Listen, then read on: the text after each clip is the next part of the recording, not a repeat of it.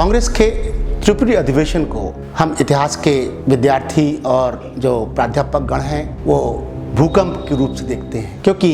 ये पूरे देश में जो है दशा और दिशा तय करने वाला था। हुआ यूं कि 1939 में ये तय हुआ कि एक खुला अधिवेशन जबलपुर में होगा और ये विचार था कि त्रिपुरी एक पवित्र तीर्थ है और वहीं पर होना चाहिए। इसलिए एक विष्णुदत्त नगर बनाया गया था और जिसमें एक नगर की हैसियत से सारी सुविधाएं की गई थी। ये चुनाव जो होना था ये वास्तव में शक्ति परीक्षण स्थल बन गया, क्योंकि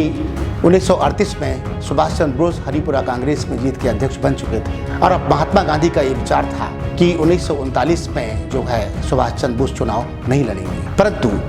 परिस्थितियां बदलती चली गई और आखिरकार सुभाष चंद्र बोस ने खड़े होने का फैसला कर लिया। महात्मा गांधी जी ने सरदार पटेल को, मौलाना अबुल कलाम आज़ाद और अन्य लोगों को कहा कि आप लोग जो है अध्यक्ष पद की दावेदारी प्रस्तुत करें, लेकिन सभी ने अपने आप को पीछे कर लिया। तब ऐसे में महात्मा गांधी जी ने पट्टाभी सीतारामैया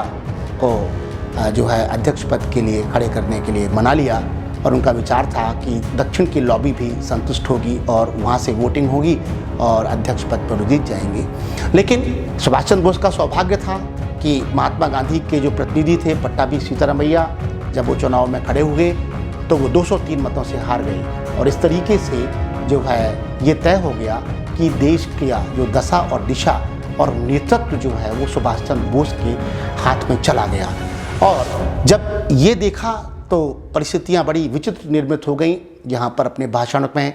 और उनका अपना ये मंतव्य था कि 6 माह का अल्टीमेटम अंग्रेजों को दिया जाए और वो देश छोड़कर चले जाएंगे। परंतु जैसा कि मतभेद गहरा गए थे और गांधी जी के इशारों पर ही काम होता था और कांग्रेस की वर्किंग कमेटी ने भी कह दिया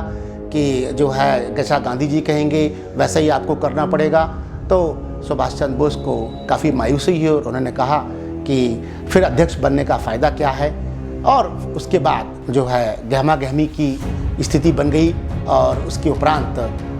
सुभाष चंद्र बोस ने महात्मा गांधी से ये भी कहा कि आप जैसा कहेंगे वैसा मैं करने तैयार हूँ, लेकिन गांधी जी ने मना कर दिया। और इस परिस्थिति को देखते हुए फाइनली सुभाष चंद्र बोस ने अध्यक्ष पद से इस्तीफा दे दिया और उसके बाद उन्होंने जो है आज़ाद हिंद फौज का